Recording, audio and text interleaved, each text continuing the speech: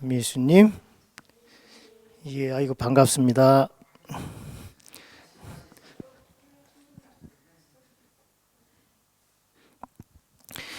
예, 오늘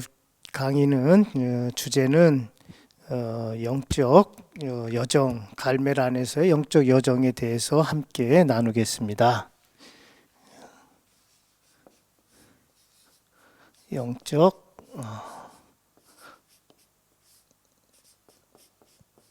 여정, 예, 예, 우리들이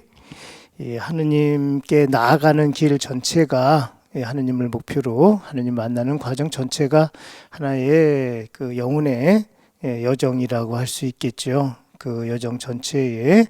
그 단계를 우리가 이해할 수 있는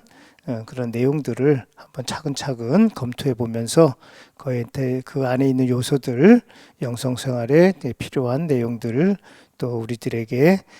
이해를 필요로 하는 그런 내용들을 조금 더 간략하면서도 집중적으로 또 필요한 부분들에 대한 분석과 함께 다뤄 보겠습니다.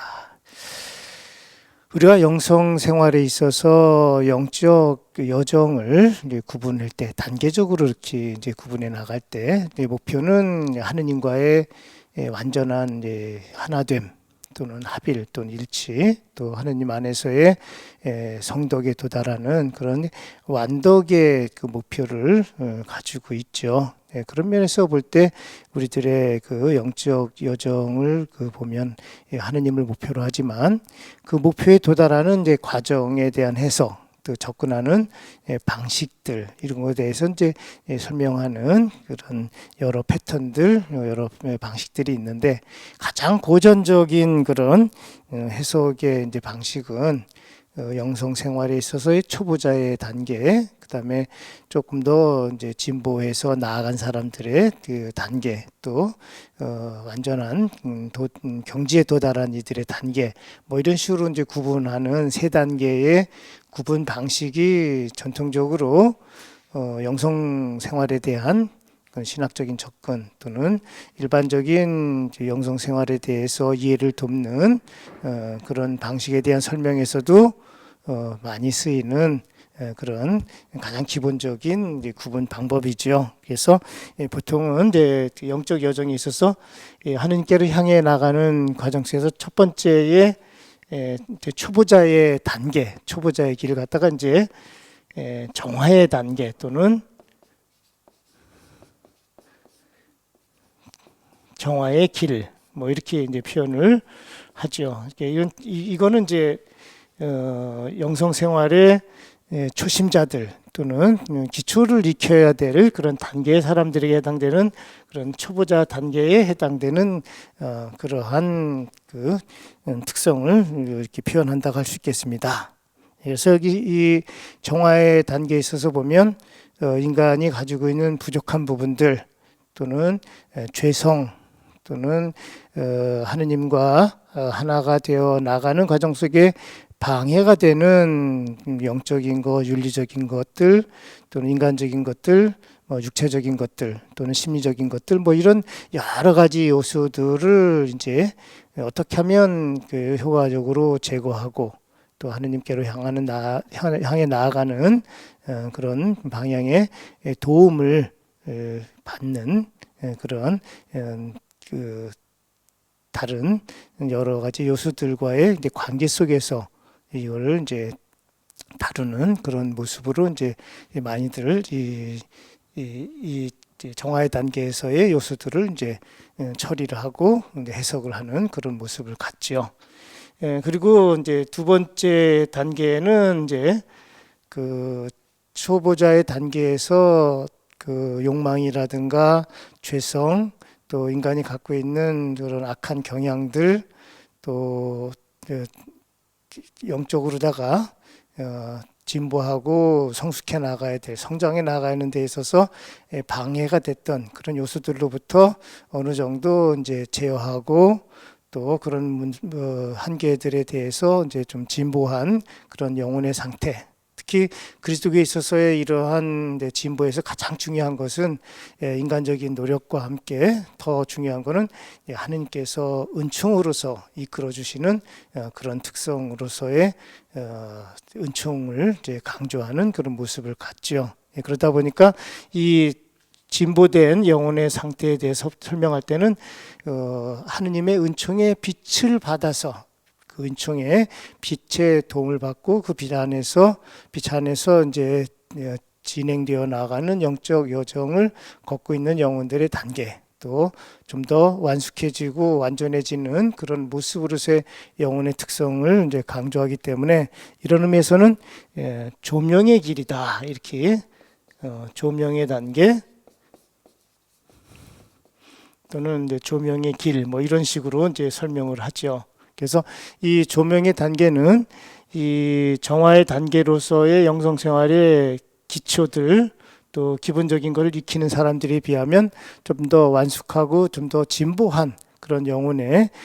상태이기 때문에 이걸 갖다가 초보자보다는 이제 진보한 영혼들에 해당되는 그러한 특성들을 이 안에서 이제 만날 수가 있는 것이죠. 그리고 세 번째로는 이 첫 번째와 두 번째 단계의 그 특성을 자신 안에서 잘 마무리하고 좀 더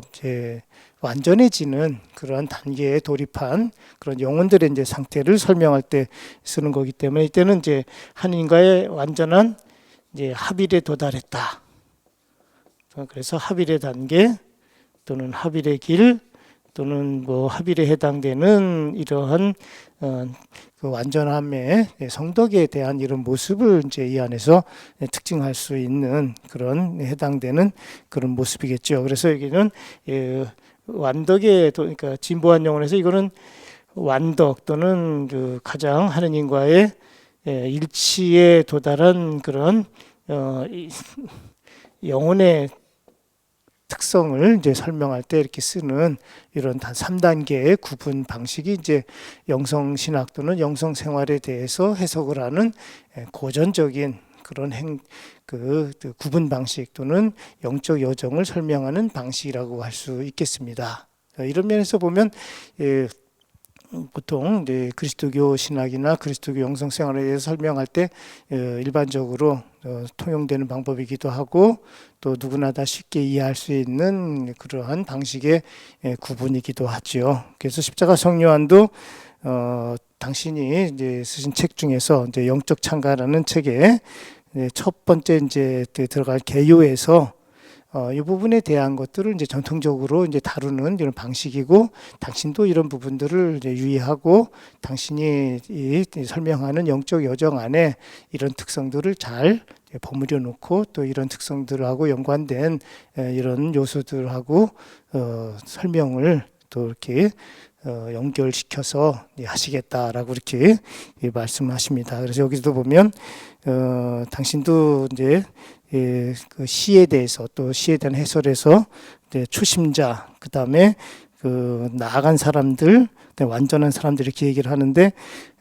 일단 구분 방식에서 보면 정화에 해당되는 그런 요소를 가지고 영성 생활을 해나가는 사람들은 이제 초심자라고 이렇게 부릅니다. 그러니까 여기 초심자라 그러면 영성 생활에 아주 기초적인 초심자의 모습도 있고 거기서 조금 더 이렇게 발전한 또 영적으로 더 성숙한 이런 모습이긴 하지만 십자가 성령이 볼 때는 아직까지는 그 우리가 볼 때 완덕에 도달하는 과정에서 진보한 그러한 모습에 있어서 십자가 성령이 제시하는 그런 구분 방식에 있어서는 우리가 볼 때보다는 이제 좀 거리감이 좀 있습니다. 왜냐하면 십자가 성령이 제시하는 그 하느님과 합일에 도달한 영혼들 중에서 첫 번째 단계 영적 약혼, 그 다음에 더 완전한 단계에 도달한 사람들을 이제 그 영적 혼인 이렇게 구분을 하는데, 영적 약혼의 상태에 들어가야 이제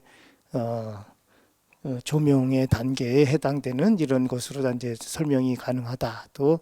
영적 혼인에 들어간 사람이 이제 완전한 단계에 들어가는 거다. 이렇게 이제 설명을 이제 이런 3단계 구분법에 대해서 설명하면 이런 식으로 이제 단계적으로 구분할 수 있겠다라고 말씀하시지만 십자가 성묘한 작품 전체를 보면 이런 고전적인 방식을 유의하고 이런 것들도 참고하시지만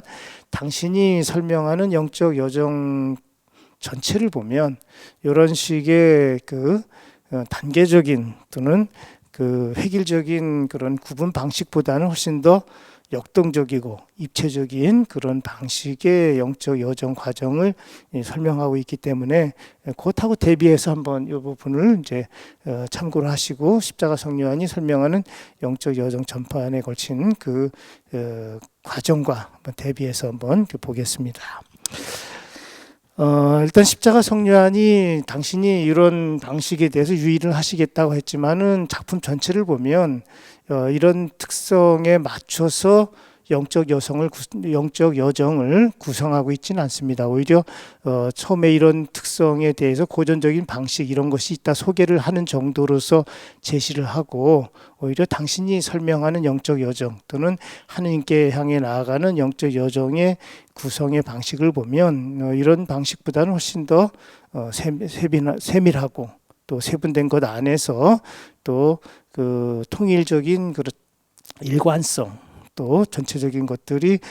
우리들 이제 삶에 아주 긴밀하게 연결되어 있는 이런 요소들을 더 잘 구성하고 있다라는 면에서 한번 대비시켜 볼 필요가 있죠. 우선 이런 3단계 고전적인 구성 방식이 갖고 있는 한계 또 십자가 성요한이 이런 부분들을 이제 고전적으로 이렇게 많이들 다루고 있다 하지만 당신이 따르지 않는 가장 큰 이유 중에 하나가 이렇게 세 가지의 단계를 이렇게 설명을 할 때 언뜻 보면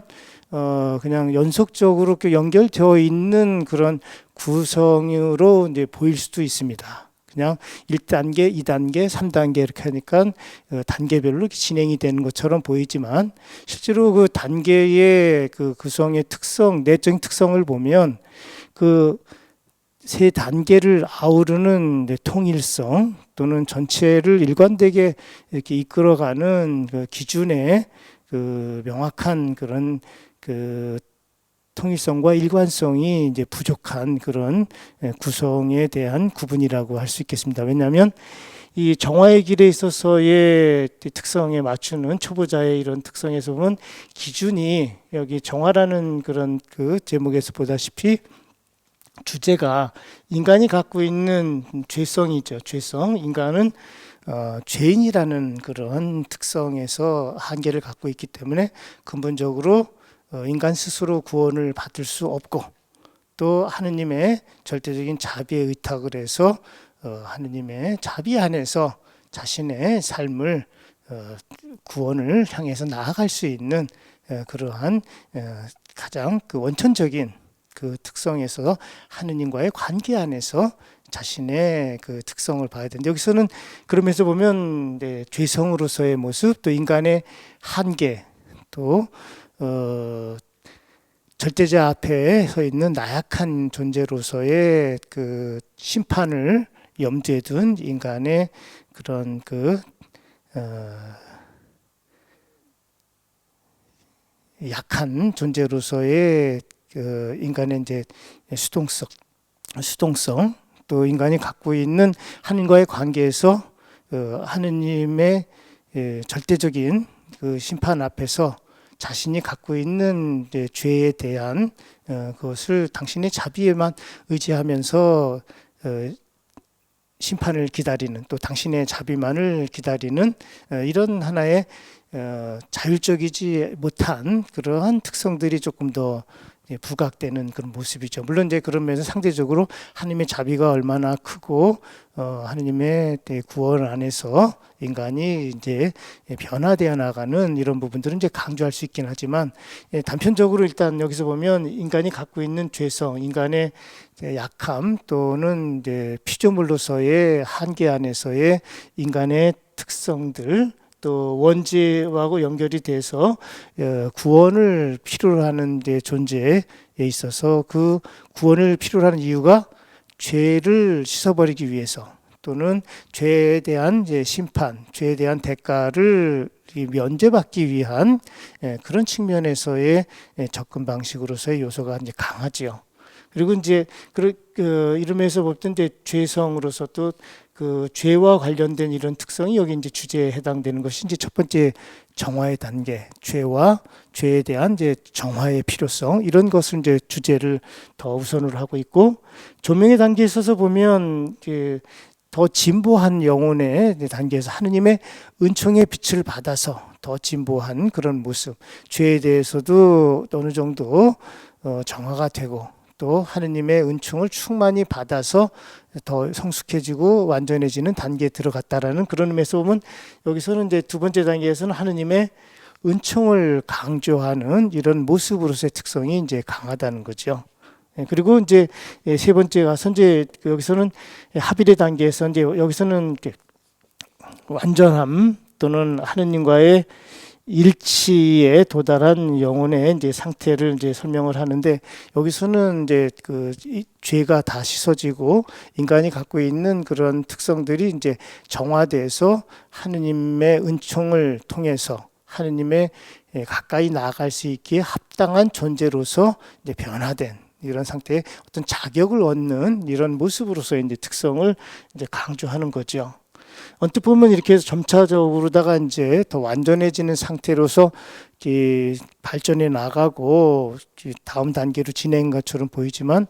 이것은 십자가 성령이 볼 때는 첫 번째 단계의 그 특성들과 두 번째 단계의 특성, 세 번째 단계의 특성을 그냥 물리적으로 조합을 해서 하나로 연결했을 뿐이지 첫 번째, 두 번째, 세 번째 단계를 아우르는 통일적인 원리나 또는 전체를 일관하게 꿰뚫는 그러한 기본적인 기준이